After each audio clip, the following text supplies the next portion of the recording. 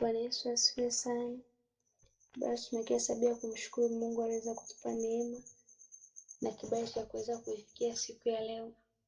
Basi somo letu la siku ya leo tutakwenda kujifunza. Somo letu linasema kwamba maswali makuu manne unayopaswa kujiuliza kila siku ili uweze kufanikiwa katika hatima yako.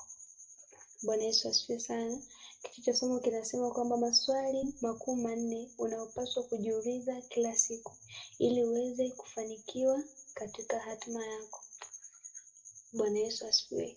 Basi leo tutajifunza baadhi ya maswali kadhaa yatakayotusaidia kuendelea kutafakari juu ya safari yetu ya maisha na hatima tunayoiendea katika kuishi kwetu hapa duniani. Na naomba tuongoze na mstari hapa unaotoka katika kitabu cha Kutoka sura ya 23 na mstari wa 20. Ukisoma hii kitabu cha Kutoka sura ya 23 na mstari wa 20, neno la Mungu linasema, tazama mimi namtuma malaika aende mbele yako ili akulinde njiani na kukupeleka mpaka mahali pale nilipokutengenezea. Bwana Yesu asifiwe sana.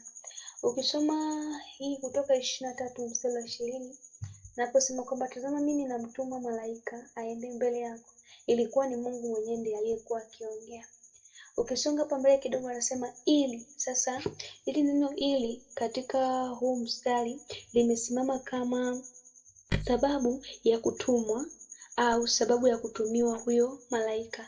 Bwana Yesu asifiwe sana. Kwa neno ili limetumika kama kuelezea kusudi. Tunapozungumza juu ya kusudi tunasema kwamba ni sababu ya kuwepo kwa kitu.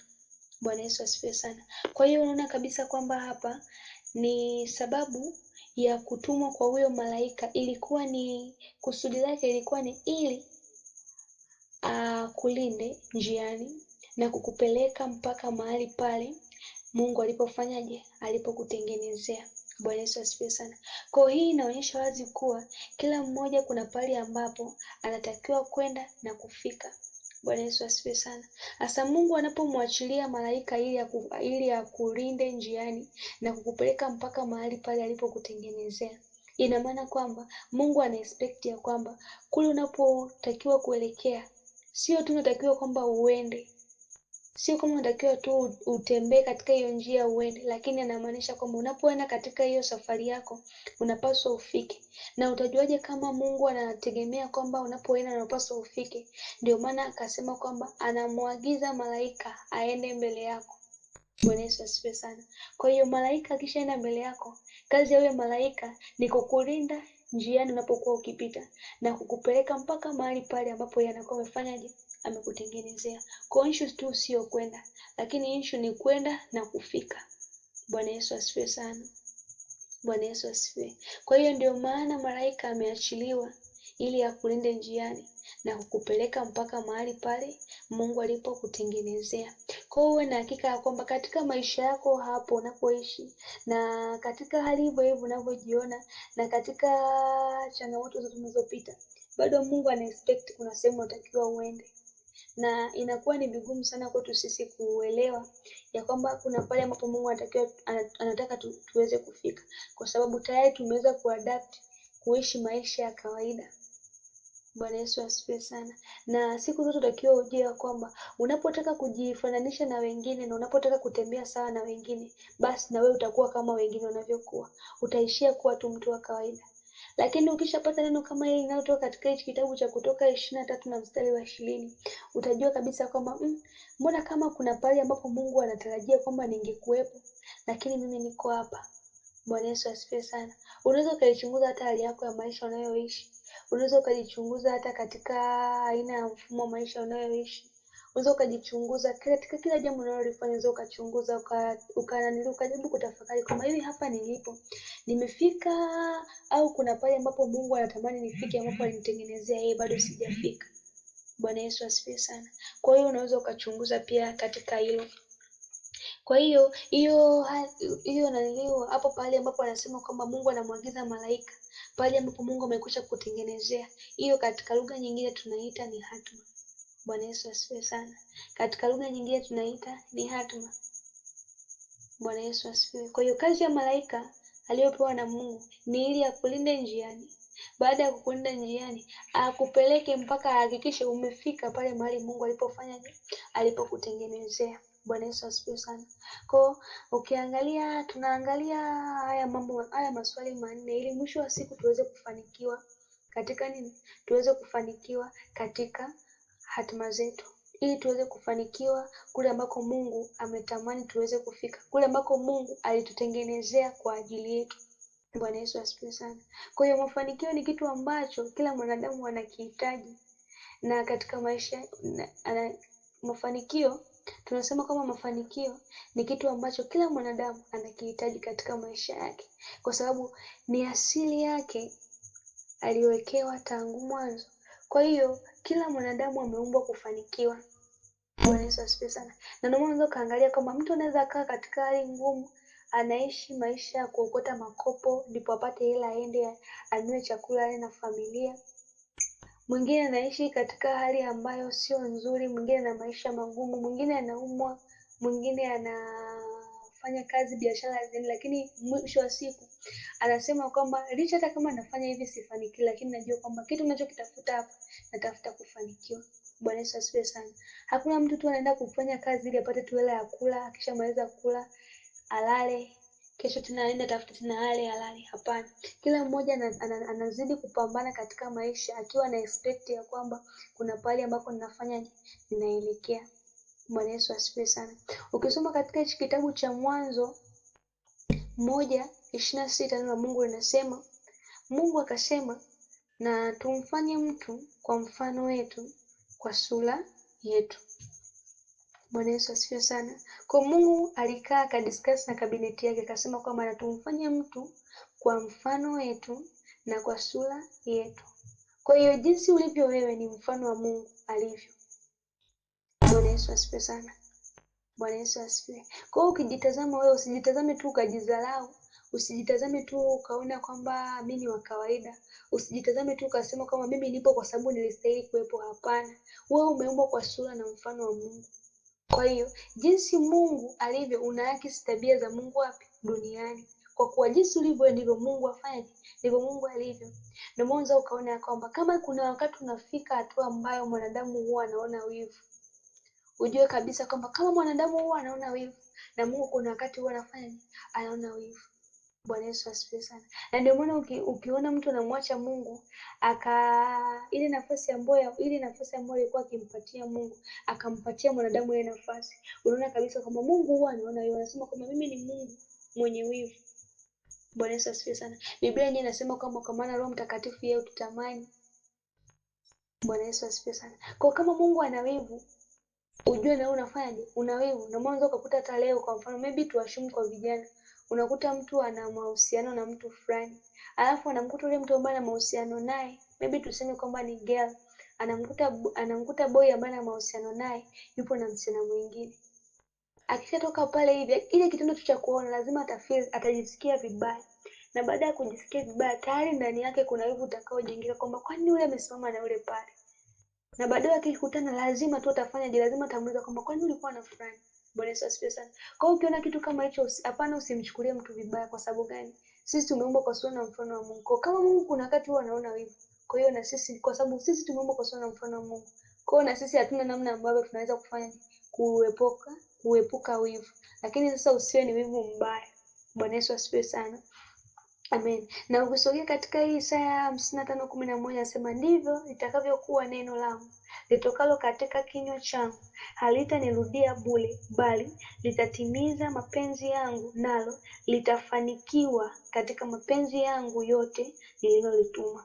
Bwana Yesu asifiwe sana. Kwa hiyo anasema kwamba ukisoma pale anasema kwamba litafanikiwa katika mapenzi yangu. Kwa hiyo Mungu haliachi neno lake liende bure mpaka lifanikiwe kutimiza yale mapenzi yake aliyolituma. Kwa kama Mungu hawezi akaruhusu kitu kipite, neno lake lipite bila kufanikiwa, huo una hakika ya kwamba hata pia mwanadamu kwa kuwa ameumbwa kwa sura na mfano wa Mungu, hata acha kutaka kupata nini? Mafanikio. na si dhambi mwanadamu kutaka kufanyaje, kufanikiwa. Kwa sababu gani? Kiasili ndivyo alivyofanyaje, ndivyo alivyoumbwa, kwa kuwa Mungu anafanya vitu, mwisho wa siku baada ya kufanya anategemea apate mafanikio, apate matokeo chanya kwenye kile kitu anachokifanya. Kwa hiyo na mwanadamu hivyo hivyo ndivyo anavyofanyaje, anavyotamani kwamba kuna pale ambapo anatakiwa kufika, kuna pale ambapo anataka kufika. Bwana Yesu asifiwe sana. Si kwamba ni wivu, si kwamba ni tamaa au kusema kwamba ni anasa, hapana. Kwa kuwa nasema bali ni asili ambayo Mungu alifanyaje, alimuumba nayo. Bwana Yesu asifiwe sana. Amen. Basi tumesema kwamba leo tutajifunza juu ya maswali makuu manne ya kujiuliza kila siku ili uweze kufanikiwa katika hatima yako. Kuna vitu kadhaa hapa tumeviangalia ili tujue namna ambavyo tunatembea huko mbele. Sasa kitu cha kunoti hapa ni kwamba hakikisha kuwa unapojiuliza haya maswali manne ambayo utakwenda kuyataja hapo mbele, unatakiwa kuhakikisha kwamba unajizingira na maombi. Bwana Yesu asifiwe sana. Ujizingire na maombi na pia ulijaze neno la Mungu ndani yako. Bwana Yesu asifiwe sana. Kwa sababu ni rahisi sana shetani kuja na kukupa majibu ambayo sio sahihi. Kwa sababu kumbuka, kama umepita shule, kuna maswali fulani hivi yalikuwa yanatolewa. Kwa kuna maswali ya kweli au si kweli. Anakuandikia neno pale, anakuandikia swali pale, and then anakuambia kwamba unatakiwa ujibu either ni kweli au sio kweli, kutokana na utakavyokuwa na uelewa na nini na hilo swali. Kwa hiyo na hakika kwamba kwenye hayo maswali utakapokuwa unajiuliza, kuna majibu yatakayokuwa yanakuja ni ya ukweli na majibu mengine yatakuwa sio nini, ya ukweli. Na jibu la ukweli utapatiwa na Mungu mwenyewe. Bwana Yesu asifiwe sana. Kwa kuwa Mungu yeye ndiye anayekujua, anayekufahamu tangu mwanzo alipokuumba, yeye ndo anayejua. Kwa hiyo unatakiwa ujizingire na maombi, lakini pia unatakiwa ulijaze neno la Mungu ndani. Kwa sababu gani? Tunajua ya kwamba Mungu anapotaka kukufunulia kitu, hakufunulii nje ya neno lake. Bwana Yesu asifiwe sana. Hakufunulii nje ya neno, na kwa sababu analifunua ndani, anakufunulia ndani ya neno lake. Kwa unatakiwa ndani ujijaze na neno la Mungu. Kwa sababu gani? Hata leo hii Roho Mtakatifu anapotaka kuzungumza na wewe, anapotaka kuzungumza juu ya maisha yako, anapotaka kuzungumza na wewe kwa jambo lolote lile, Roho Mtakatifu huwa anapotaka kusemesha, ili uwe na uwepesi wa kuweza kumsikia anapokuwa akikusemesha, ni lazima ndani uwe umejazwa na neno la Mungu.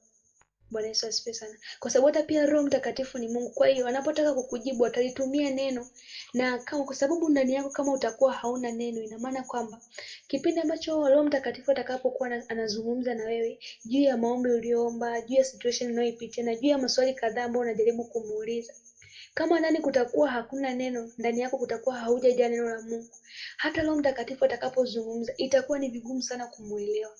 Bwana Yesu asifiwe sana. Lakini kama ndani ukiwa umejaza neno la Mungu ndani yako, Roho Mtakatifu atakapokuwa anazungumza na wewe, itakuwa ni rahisi sana kupokea zile signals ambazo Roho Mtakatifu anakuwa anafanyaje, anakuwa akikusemesha ndani. Bwana Yesu asifiwe sana. Kwa hiyo unapaswa kujijaza na neno la Mungu ndani yako. Na kwa nini nimesema na maombi pia? Nimesema na maombi kwa sababu gani? Neno la Mungu unapokuwa umelijaza ndani, yale maombi utakayokuwa unayaomba yatakusaidia kuprotect kile ambacho Mungu anafanya, anakusemesha. Kwa sababu gani? Sio Mungu tu peke yake ambaye hutumia neno, hata shetani pia neno la Mungu anafanyaje? Analisoma. Bwana Yesu asifiwe sana. Hata shetani pia neno la Mungu anafanyaje? Analisoma. Na ndio maana ukiangalia kama sijakosani kwenye kitabu cha Mathayo, na shetani alikuwa anamwambia Yesu ya kwamba imeandikwa, imeandikwa, imeandikwa. Bwana Yesu asifiwe sana. Kwa hiyo kama alipokuwa anamwambia kwamba imeandikwa, uwe na hakika ya kwamba kama alikuwa anasema imeandikwa, ina maana kwamba shetani naye alinukuu pahali. Bwana Yesu asifiwe sana. Kama tunasema kwamba imeandikwa, kama shetani alikuwa anamwambia Yesu kwamba imeandikwa, ina maana kwamba kuna pahali ambapo shetani alifanyaje? Alisoma na akakuta kweli imefanyaje? Imeandikwa. Bwana Yesu asifiwe sana. Kwa hiyo uwe na hakika kwamba neno ambalo unalisoma wewe na shetani anafanyaje? Analisoma hilo hilo. Shetani haogopi kusoma Biblia. Bwana Yesu asifiwe sana. Kwa hiyo kwenye kuomba kwako pana, kwenye kujiuliza hayo masonzo, ukajikuta kwamba uko unajiuliza maswali, shetani naye anapita humo na wewe ukalipokea lile neno bila hata na kuomba ukalichukua na ukalifanyia kazi, lakini kumbe jibu ulilopata sio jibu sahihi. Lakini wewe umelikubali tu. Kwa sababu gani? Kwa sababu limetoka kwenye neno la Mungu. Bwana Yesu asifiwe sana. Kwa kuwa na neno peke yake haitoshi, lazima uwe na maombi, ambayo maombi pia yatakusaidia ili Roho Mtakatifu ajifunue kwako, akwambie kabisa kwamba hichi ulichokipata ndicho chenyewe nimefanyaje, ndicho chenyewe ambacho niko nakusemesha. Kwa sababu gani? Ni rahisi sana kupumbazwa au kukubali kwa haraka kwamba hichi ninachokisikia ndicho chenyewe ambacho Mungu amefanyaje, amenikusudia niweze kukisikia, na jibu la swali ambalo nilikuwa nikiongea na Mungu ndio hili, lakini kumbe sio. Lakini wewe tu umelikubali na ukaliamini, kwa sababu neno la Mungu linatoka kwenye Biblia takatifu. Bwana Yesu asifiwe sana. Kwa maombi yatakuzingira na yatakupa wigo ili wakupata nini? Majibu sahihi kutoka kwa nani? Kutoka kwa Mungu. Bwana Yesu asifiwe sana.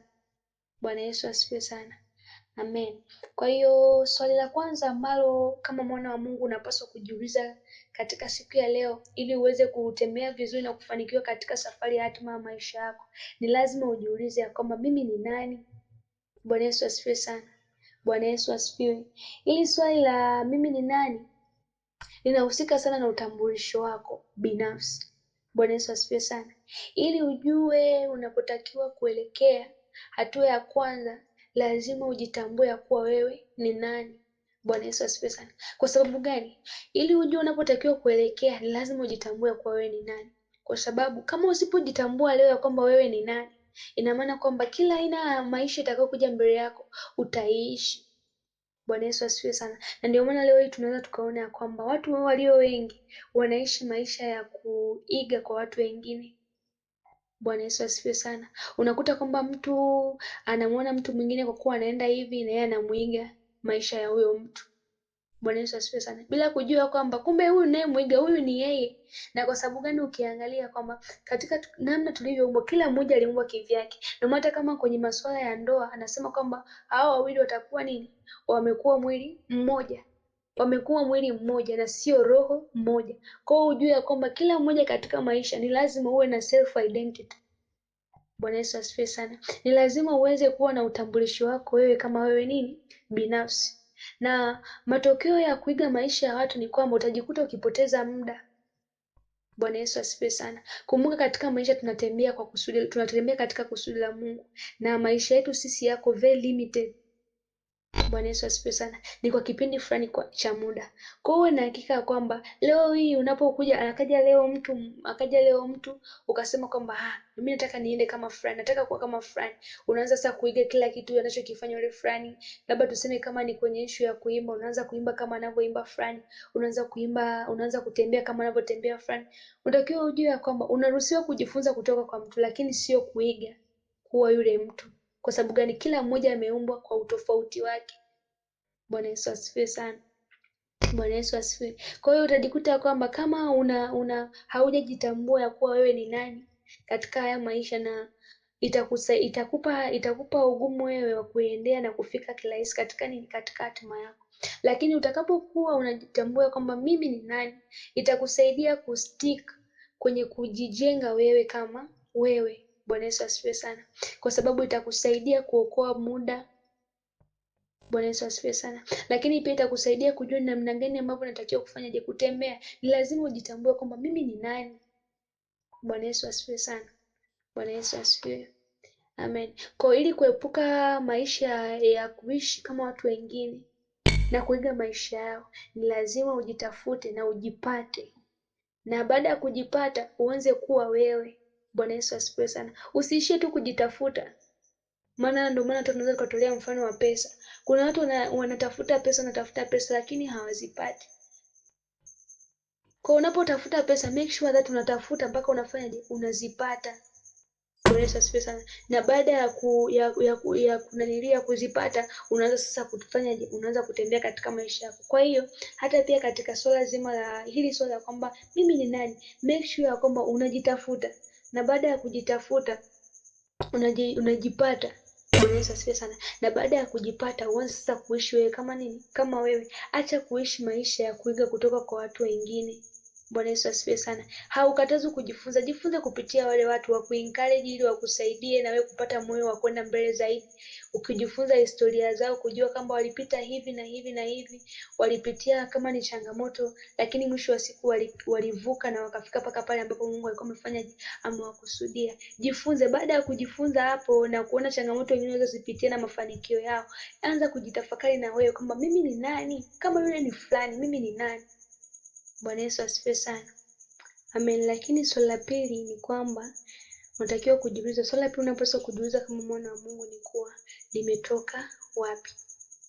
Bwana Yesu asifiwe sana. Hapa tunazungumzia juu ya swala zima la nini? Tunazungumzia juu ya swala zima la asili au chanzo chako wewe ni wapi? Unaweza ukaweka bracket ukaandika source. Bwana Yesu asifiwe sana. Bwana Yesu asifiwe. Kwa wewe ukitaka kufanikiwa katika safari ya hatima yako, ni lazima ujiulize ya kwamba hivi mimi chanzo changu nimetokea wapi? Asili yangu mimi ni wapi? Bwana Yesu asifiwe sana. Napozungumzia kuhusiana na swala zima la asili, sizungumzii kwamba wewe umezaliwa labda tuseme mimi uniulize kwamba asili yako wewe ni nani? Niseme kwamba mimi asili yangu ni Muha. Au mwingine aulize aseme kwamba mimi asili yangu ni Msukuma. Labda mimi asili yangu ni maybe tuseme kwamba mimi asili yangu ni Mpale. Bwana Yesu asifiwe sana. Au mimi asili yangu ni Mnyakyusa. Hatumaanishi hicho. Simaanishi hicho. Swali linalomaanisha hapa ni kwamba unatakiwa ujiulize kwamba hivi mimi asili yangu nimetokana na nini? Bwana Yesu asifiwe sana. Bwana Yesu asifiwe sana. Ukisoma kwenye hiyo Mwanzo 1:26, Mwanzo 1:26, ndio Mungu asema kwamba Mungu akasema na tumfanye mtu kwa mfano wetu na kwa sura yetu. Bwana Yesu asifiwe sana. Bwana Yesu asifiwe. Kwa hiyo unaona kabisa kwamba Mungu alisema tumfanye mtu kwa sura yetu na kwa nini? Na kwa mfano wetu.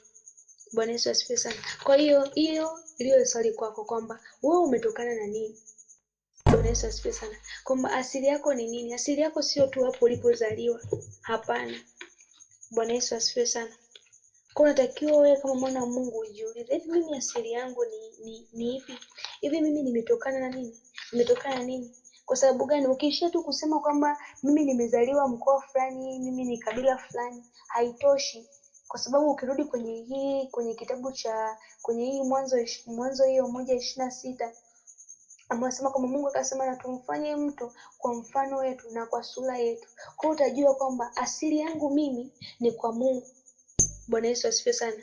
Asili yangu mimi nimetokana na nani? Na Mungu. Na ndio maana hata ukisoma kuanzia kitabu cha Mwanzo 1 mpaka ukifika kwenye sura ya mwisho, hakuna sehemu ambapo ilimtaja kwamba Adamu hakuna sehemu ambapo kwenye Biblia utaona kwamba ilimtaja baba yake na mama yake na nani? Na Adamu. Bwana Yesu asifiwe sana. Bwana Yesu asifiwe. Ikiwa na maana gani? Ikiwa na maana kuwa asili ya Adamu ametokana na nani? Ametokana na Mungu. Bwana Yesu asifiwe. Bwana Yesu asifiwe sana. Kwa hiyo lazima wewe kama mwana wa Mungu unapaswa kujua kwamba asili yako ni nini? Ni ipi? Bwana Yesu asifiwe sana. Na hauwezi kujitambua kuwa wewe ni nani kama hautambui mahali ulipotoka. Bwana Yesu asifiwe sana. Kwa hiyo ili uweze kutambua kuwa wewe ni nani, kama ile swali la kwanza lilivyokuwa likiuliza kwamba lazima ujiulize kwamba mimi ni nani. Ili uweze kutambua kwamba wewe ni nani, ni lazima ujue asili yako ni wapi, ulipofanyaje, ulipotoka. Bwana Yesu asifiwe sana. Bwana Yesu asifiwe. Na ndio maana leo anaweza akaja hapa, tuseme tuchukue mfano kwa mtu ni Msukuma. Bwana Yesu asifiwe sana. Akaja mtu ukamuuliza kwamba hivi wewe umetokea mkoa gani? Akakwambia nimetokea Mwanza. Bwana Yesu asifiwe sana. Kwa kile kitendo tu cha kutaja Mwanza, unajua kabisa kwamba huyu mtu ni nani? Ni Msukuma.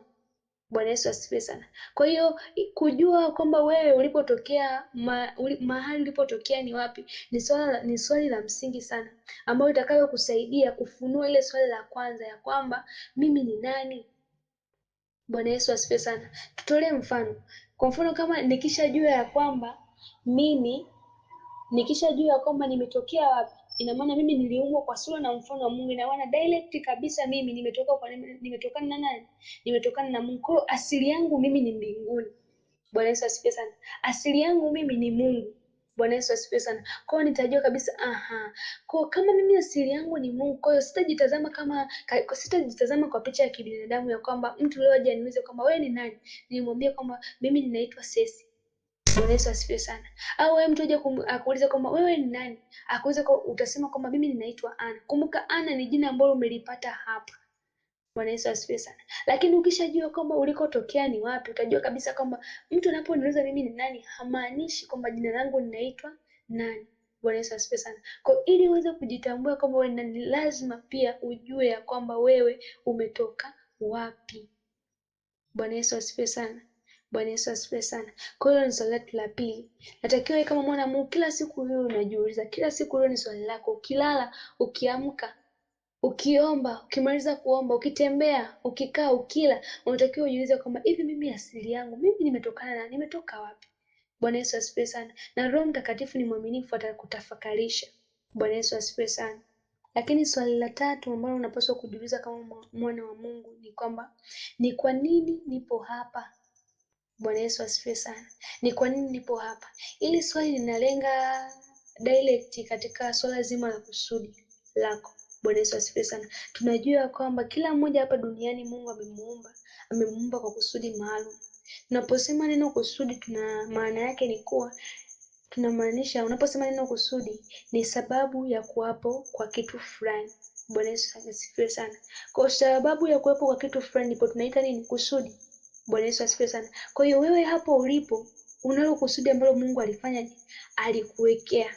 Lipo kusudi ambalo Mungu alikuumba ili uje kufanya, ili uje kulitimiliza. Kwa hiyo sababu ya wewe kuwa hapa duniani ni kwa sababu una kusudi la Mungu ndani yako. Ni kwa sababu kuna kazi ambayo Mungu amekubebesha ili uje kuifanya wapi? Kuifanya duniani. Bwana Yesu asifiwe sana. Usipojua wapi unatokea na wewe ni nani, itakuwa kazi kubwa sana kwako kujua ni kwa nini upo hapo ulipo na ni kwa nini uliumbwa. Bwana Yesu asifiwe sana. Kwa wewe kama mwana wa Mungu, usipojua ya kwamba wewe ni nani na usipojitambua ya kwamba usipokuja kutambua ya kwamba umetokea wapi, itakuwa ni vigumu sana kujua kwamba wewe kuna kusudi ambalo umebebesha ndani yako. Kwa ukishajua kabisa ya kwamba mimi asili yangu nimetokana na Mungu kupitia kwenye kile kitabu cha Mwanzo 1:26. Bwana Yesu asifiwe sana. Aliposema kwamba Mungu akasema kwamba na tumuumbe mtu kwa mfano wetu na kwa sura yetu. Kwa usipojua asili yako ni ya mbinguni na usipojitambua kwamba wewe ni nani, itakuwa ni vigumu sana wewe kueleweshwa na kujua ya kwamba kuna kusudi ambalo Mungu aliweka juu ya maisha yako. Kwa sababu gani? Usipoligundua kusudi ambalo Mungu ameliweka juu ya maisha yako, uwe na uhakika ya kwamba utaishi kama wengine, utaenenda kama nini? Utaenenda kama wengine. Bwana Yesu asifiwe sana. Lakini ukishaijua asili ya wapi ulipotokea na ukajitambua kwamba wewe ni nani, tayari itakufungulia mlango wa kujua ni kwa nini umeumbwa. Bwana Yesu asifiwe sana. Kwa kusudi ndio litakalokupa maana ya kuishi na ndilo litakalokupatia maisha yako maana. Bwana Yesu asifiwe sana. Kwa kusudi ambalo Mungu aliweka ndani yako ndilo litakalokupa wewe sababu ya kwa nini ninaishi. Bwana Yesu asifiwe sana. Na ndilo ambalo litakalokupatia maana katika nini? Katika maisha yako. Siku zote ukitaka kuishi maisha ambayo yenye thamani. Bwana Yesu asifiwe sana. Ukitaka kuishi maisha yenye thamani na ukitaka kuyapa maisha yako thamani, hebu pambana kuingia mbele za Mungu na mwambie Mungu, natamani kujua mimi ni asili yangu, mimi ni ipi na mimi ni nani, na kama mimi ni nani, nimeumbwa ili nije nifanye nini duniani. Bwana Yesu asifiwe sana. Unapolitambua kusudi lako litakusaidia kuona kwamba itakusaidia kwanza kuvuka katika changamoto. Kwa sababu gani? Utajua kwamba kila kitu ninachokipitia sasa hivi ni temporary, kwa sababu nina uhakika na kule ambako Mungu tayari ameshafanyaje, ameshanionyesha. Utakuwa na uhakika wa maisha kwa sababu utajua kwamba mimi sijaja tu duniani kutembea. Kwa hiyo najua kwamba iwe ni changamoto gani ninayopitia, iwe ni hali ngumu, iwe ni kitu chochote, unajua kabisa kwamba nina uhakika wa kuvuka. Kwa nini? Kwa sababu ninajua Mungu hakuniumba tu ili nije niteseke duniani. Mungu hakuniumba tu ili nije nikutane na shida. Mungu hakuniumba tu ili nije nikumbane na matatizo, hapana. Bali lipo kusudi lake ambalo Mungu yeye mwenyewe alifanyaje? Aliliweka ndani yangu. Bwana Yesu asifiwe sana. Na hili ndilo kuchagulia aina ya maisha ambayo unapaswa kufanyaje, kuyaishi. Kwa kusudi lako litakupa mfumo wa maisha na aina ya maisha ambayo unapaswa kufanyaje, kuyaishi. Bwana Yesu asifiwe sana. Kwa sababu gani? Hautoishi tu kama unavyotaka kuishi wewe, bali kusudi la Mungu ndio litakalo kuguide kwamba aina gani ya maisha unatakiwa kufanyaje, unatakiwa kuishi. Bwana Yesu asifiwe sana. Na hata kama ukija kwenye masuala labda tuseme masuala ya kufanya biashara, hautafanya tu biashara yoyote kwa sababu umeona kwamba hii ni biashara ambayo inaingiza pesa. Hapana, bali utafanya biashara kutokana na kusudi lako. Kusudi lako ndio utakalo kuongoza aina ya biashara gani ambayo unapaswa kufanya, unapaswa kuifanya. Na hata kwenye masuala ya kuoa na kuolewa, hautaolewa tu na mwanaume kwa sababu ni handsome, wala hautamuoa mwanamke tu kwa sababu ni beautiful. Hapana, bali utaoa kulingana na kusudi lako ambalo Mungu alifanyaje, alikuweka ili uweze kufanya kulifanya. Bwana Yesu asifiwe sana. Bwana Yesu asifiwe sana. Kwa hiyo kusudi ndio litakalo kuongoza katika kila engo ya maisha yako. Kusudi ndio litakalo kuchagulia aina ya marafiki ambao unatakiwa kufanya, unatakiwa kutembea nao. Bwana Yesu asifiwe sana. Na ndio maana ukiwa katika process ya haya maswali ya kuendelea kumuuliza Mungu, ya kuendelea kumhoji Mungu ili Mungu aendelee kukufunulia zaidi, kuna baadhi ya vitu ambavyo utaanza kuona taratibu Roho Mtakatifu akianza kuipunguza kwenye maisha yako. Bwana Yesu asifiwe sana. Utaanza kuipunguza kwenye maisha yako. Utakuja tu kushangaa kwamba kuna aina ya marafiki ambao ulikuwa nao, lakini tayari kuna namna ambavyo Roho Mtakatifu ameshakusogeza karibu. Wale marafiki wanaanza kufanyaje? Wanaanza kupungua, wanaanza kuondoka.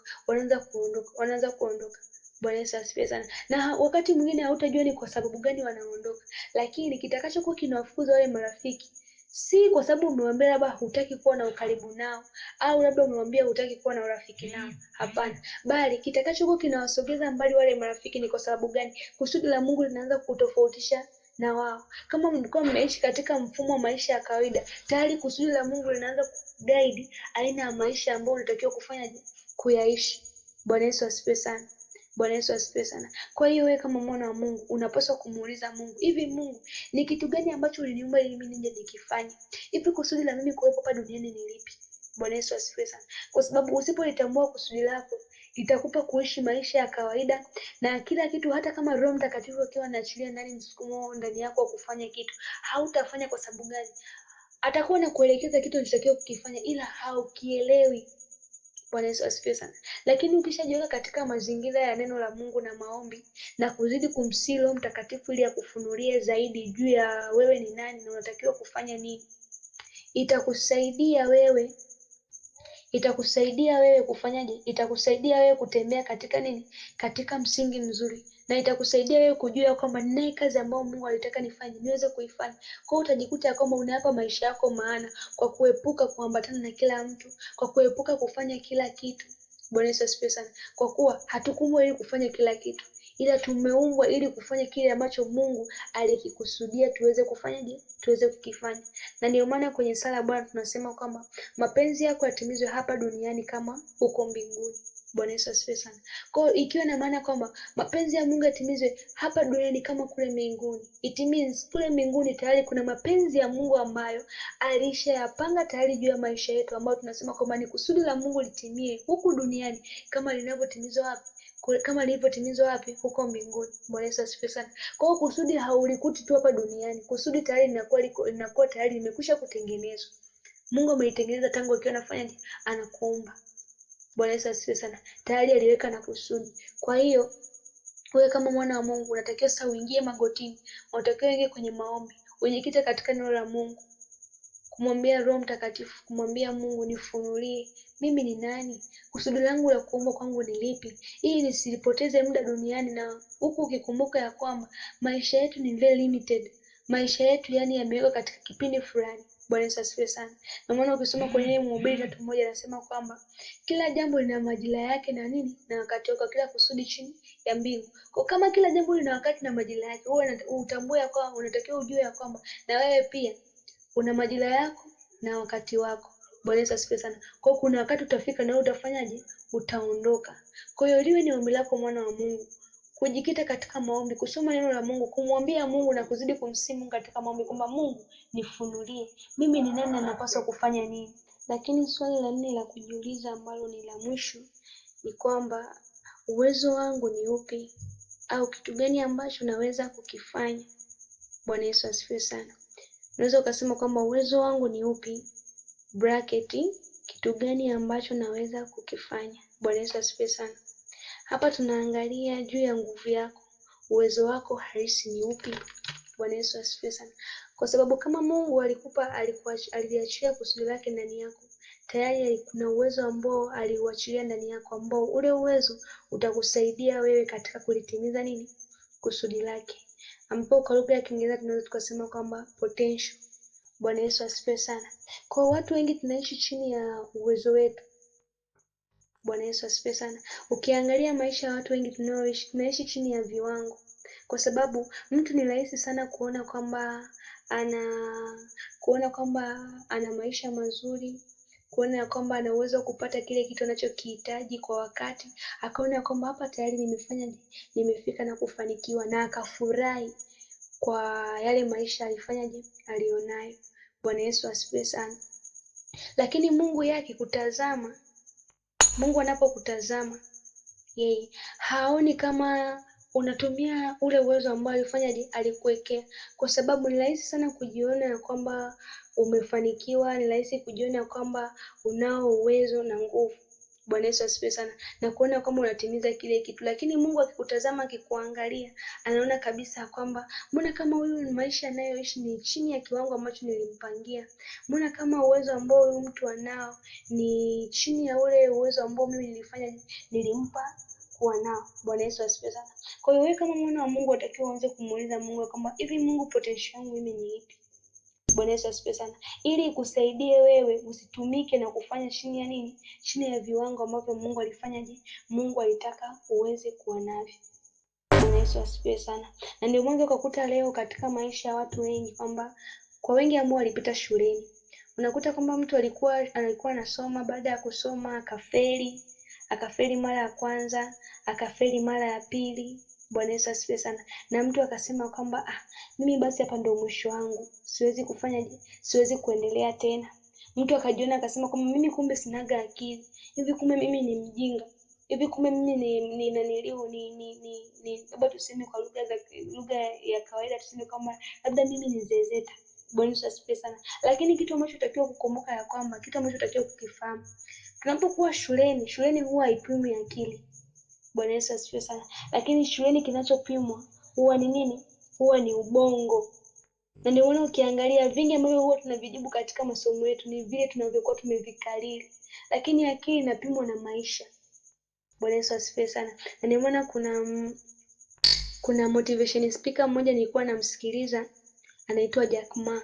Yeye alikuwa anaelezea ni kwa namna gani ambavyo alisoma shule akafanya mitihani zaidi ya mara 3. Alifanya mara ya kwanza akafeli, alifanya mara ya pili akafeli, akafanya mara ya 3 tena akafeli. Na kila watu wote walikuwa wamemzunguka walikuwa anamwambia kwamba wewe huwezi, umefeli, huna akili, huna nini. Bwana Yesu asifiwe sana. Lakini siri aliyogundua ni siri ya kwenda mbele za Mungu, akasema kwani mimi nimetokana na nini? Bwana Yesu asifiwe sana. Kwani mimi asili yangu ni ipi? Na kitu gani ambacho Mungu aliniumba nije nikifanye? Na akaanza taratibu kuanza kufuatilia na kumuuliza Roho Mtakatifu amfunulie juu ya uwezo ambao alimwekea ndani yake. Na baada ya kumwomba Roho Mtakatifu alikuwa ni mwaminifu na akaanza kumfunulia. Na ukija kumwangalia sasa hivi ni tajiri mkubwa na ni motivational speaker mkubwa sana duniani. Bwana Yesu asifiwe sana. Lakini sasa tujiulize, vipi kama yeye angejikatia tamaa? Bwana Yesu asifiwe sana. Vipi kama angejikatia tamaa?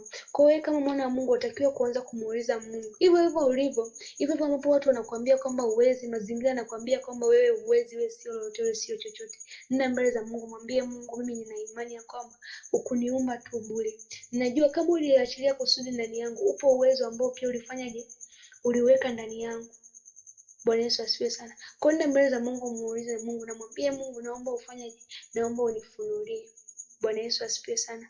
Roho Mtakatifu Roho Mtakatifu akufunulie, kwa sababu haya mambo hakuna namna ambavyo unaweza ukasema kwamba leo nimelala, nimeamka kesho asubuhi mimi ni fulani, mimi ninatokea, asili yangu ni fulani, asili yangu ni sehemu fulani, na kusudi langu mimi ni kuwa mtu fulani, na uwezo wangu mimi ni huu hapa. hakuna namna ambavyo una uwezo wa kujifunulia mwenyewe. Ni lazima urudi tena mbele za Mungu, umuulize Mungu kwamba Mungu, uliniumba ili mimi niwe nani? Asili yangu imetokana na nini? Na je, mimi ni nani? Bwana Yesu asifiwe sana. Usiishie tu kwenye kusema kwamba mimi ni nani ukaishia kwenye jina lako. Hapana. Mwambie Mungu akufunulie wewe ni nani. Kwa sababu gani? Kila mmoja hapa duniani anatakiwa kuwa na identity yake. Bwana Yesu asifiwe sana. Na ndio maana leo ukisema labda tuseme ukisema labda kwamba nataka nionane na mtu fulani. Kuna watu wengine inakuwa ni rahisi sana kuwapata. Kwa sababu gani? Ukitaka tu kupata mtu fulani unasema kwamba maybe tuseme kwamba ninamtafuta rais, namtafuta Samia. Tukwambia Samia yule rais. Bwana Yesu asifiwe sana. Kwa ni rais lakini sio nani? Ni Samia sawa lakini ni rais. Ile ni position yake. Bwana Yesu asifiwe sana. Kwa hiyo mbele za Mungu atakiwa ni mbele za Mungu umwambie Mungu, mimi ni nani? Je, kusudi ambalo ulinipa mimi ili niweze kulitimiliza ni lipi? Bwana Yesu asifiwe sana. Kama tu tulivyosema kwamba usipolijua kusudi ni rahisi sana kuiga maisha ya wengine, ni rahisi sana kuambatana na kila mtu, lakini utakapokulijua kusudi lako litakuchagulia aina watu kufanya ya kuambatana nao. Lakini pia unapotambua uwezo wako itakusaidia kuendelea kufanya zaidi na zaidi, itakusaidia kuendelea kujifunza na zaidi, na pia itakusaidia kuondoa ile roho ya kuridhika, ile roho ya kuona kwamba nimeshafika. Bwana Yesu asifiwe sana. Kwa sababu ni rahisi sana kuwa na nyumba, kuwa na magari, kuwa na mke mzuri, kuwa na mume mzuri, kuwa na familia nzuri, watoto wazuri, marafiki wazuri, ukawa na kazi nzuri, ukahisi kwamba hapa nimefika. Lakini kumbe Mungu akikutazama haujafikia hata robo ya ule uwezo ambao aliweka ndani yako. Bwana Yesu asifiwe sana. Kwa hiyo iwe ni ombi lako leo, mwana wa Mungu, kwenda mbele za Mungu, kuanza kumuuliza Mungu. Kama unajua kwamba kuna pale ambapo bado sijatambua na sina hakika kwamba mimi Mungu aliniweka ili kuwa nani, rudi mbele za Mungu na umwambie Mungu akufunulie. Bwana Yesu asifiwe sana. Roho Mtakatifu ni mwaminifu, atakufunulia. Na kitu ambacho nilichokuwa nataka labda kukumbusha hapa pia ni kwamba kabla tujalimaliza somo letu ni kuwa siku zote unatakiwa ujifunze kwamba ili kufanya kitu usisubiri mpaka uwe na kila kitu ndipo uanze kufanya. Ukishaenda mbele za Mungu na Roho Mtakatifu akakupa go ahead ya kufanya kitu, fanya. Bwana Yesu asifiwe sana. Ipo nguvu ya kuanza na kidogo ulicho nacho, na ndio maana leo ukimwangalia tajiri ni rahisi sana kutamani kuwa na maisha kama yake, bila kujua kwamba hakuanzia pale kwenye utajiri. Alianzia nini? Alianzia chini. Lakini umekuja kukutana naye tayari akiwa ameshafanyaje? Ameshainuka. Bwana Yesu asifiwe sana. Ni kwa nini amefika pale? Kwa sababu alikithamini kile kitu kidogo alichokuwa nacho. Kwa hiyo Mungu anaweza kama amekuonyesha kusudi lako, akakuonyesha wewe ni nani, unapaswa kuwa nani, lakini ukasema kama mimi Mungu hapana. Sasa sawa, Mungu ameshanionyesha kama mimi ni mtu fulani, natakiwa kufanya kitu fulani, lakini nikijitazama kwa mazingira sasa hivi hayanisupport mimi kukifanya hicho kitu. Bwana Yesu asifiwe sana. Bwana Yesu asifiwe. Haya kusupport. Lakini Mungu anathamini sana nini? Anathamini sana mwanzo mdogo. Na kama ukitamani kunomana, hata ukiangalia katika maisha ya kawaida, ukitamani kuanzia juu kupata vitu kwa pupa, mwisho wa siku utajikuta ukifanya utapotea. Kwa sababu gani? Principle ya Mungu hamnaga kuruka ngazi. Bwana Yesu asifiwe sana. Kama zipo ngazi 7, utaanzia ngazi ya kwanza, uende ngazi ya pili, uende ngazi ya 3, ya 4, ya 5, ya 6 mpaka ya 7. Hautatoka ngazi ya kwanza uende ngazi ya pili. Kwa Mungu hamnaga kuruka darasa. Bwana Yesu asifiwe sana. Kila darasa unapaswa kufanya ni kurepeat. Kwa hiyo wewe kama mwana wa Mungu usiudharau mwanzo mdogo, bali kama Roho Mtakatifu amekupa go ahead ya kufanya kitu, fanya kwa ajili ya utukufu wa Mungu, na huku ukijua kwamba kitu chochote ambacho Mungu amekupa kukifanya huwa ana mtindo wa kukilinda. Bwana Yesu asifiwe sana. Na ndio maana kama ukiangalia kwa ule bwana ambaye aliwaachia watumwa wake zile talanta, wale wawili, mmoja alienda, yule mwenye 5 alienda akazalisha akaleta 10, yule mwenye 2 alienda akazalisha nyingine 2 zikawa 4, lakini yule mwenye 1 yeye alichukua akaenda kufanyaje? Akaenda kuifukia kwa sababu aliona ni ndogo. Bwana Yesu asifiwe sana. Lakini yule bwana wao aliporudi akamwambia yule mwenye 5 kwamba ongera mtumwa mwema na mwaminifu, ulikuwa mwaminifu kwa machache, nitakuweka kuwa mkuu juu ya nini? Ya mambo makubwa. Bwana Yesu asifiwe sana. Kwa hiyo usikidharau kitu kidogo ulichonacho. Hicho ulichonacho una uwezo wa kumsaidia nani?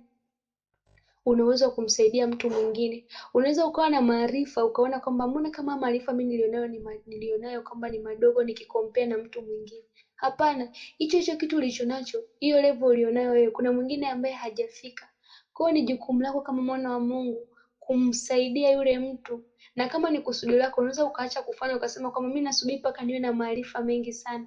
Hapana, hicho kidogo ulicho nacho unaweza kufanyaje? Unaweza kumsaidia mtu mwingine na kumpeleka katika level fulani, na wewe ukazidi kuongezeka zaidi. Bwana Yesu asifiwe sana. Kwa hiyo usisubiri mpaka ujue kila kitu. As long as Roho Mtakatifu amekupa go ahead ya kufanya kitu, kifanye kwa ajili ya utukufu wa Mungu. Lakini pia kitu kingine cha mwisho ni kwamba unatakiwa ujue mafanikio yana uwezo wa kutabiriwa. Bwana Yesu asifiwe sana. Kwa kuwa mtu anaweza kumwangalia mtu fulani akasema kwamba huyu mtu fulani ikifika kuna wakati kwenye maisha atakuwa mtu fulani atafika mbali sana. Lakini pia kuna mwingine akamwangalia mtu na akasema kwamba yani huyu mtu hatima yake itakuwa ni mbaya sana. Bwana Yesu asifiwe sana.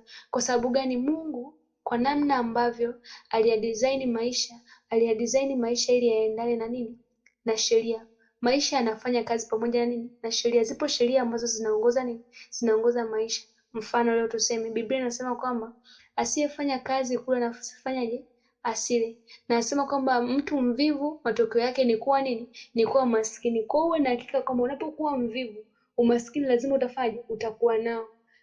Sio kama utakuwa mvivu na haufanyi kazi unasema kama mimi tayari kuna hatima ambayo Mungu amekwisha kunionyesha mbele. Sasa unaweza kuwa umeonyeshwa hatima na mtu unatakiwa unayepaswa kuwa. Lakini kwa sababu kuna principles za maisha ambazo haujazifuata, kuna sheria ambazo haujazifuata, ikakusababishia kwamba usiweze kufika kule Mungu alikokufanyaje? Alikokusudia uweze kufika. Kwa hiyo kama unataka kufanikiwa, unataka kutembea katika ahadi za Mungu, kulitimiza kusudi lako na kufika katika hatima yako nzuri, sawasawa na kile kitabu cha Kutoka 23 mstari wa 20, ni lazima ukubali kuyapa maisha yako maana, ujithamini, uyape maisha yako thamani. Lakini pia unapaswa kufanyaje? Unapaswa kuenenda na zile tabia ambazo zinaweza kukusaidia kufikia yule mtu ambaye Mungu amekwisha kufanyaje? Kukuonyesha kwamba unatakiwa kuwa. Bwana Yesu asifiwe sana. Basi Mungu akubariki na Roho Mtakatifu azidi kukufunulia zaidi sawa sana mapenzi yake. Tutakutana katika kipindi kijacho na Mungu akubariki.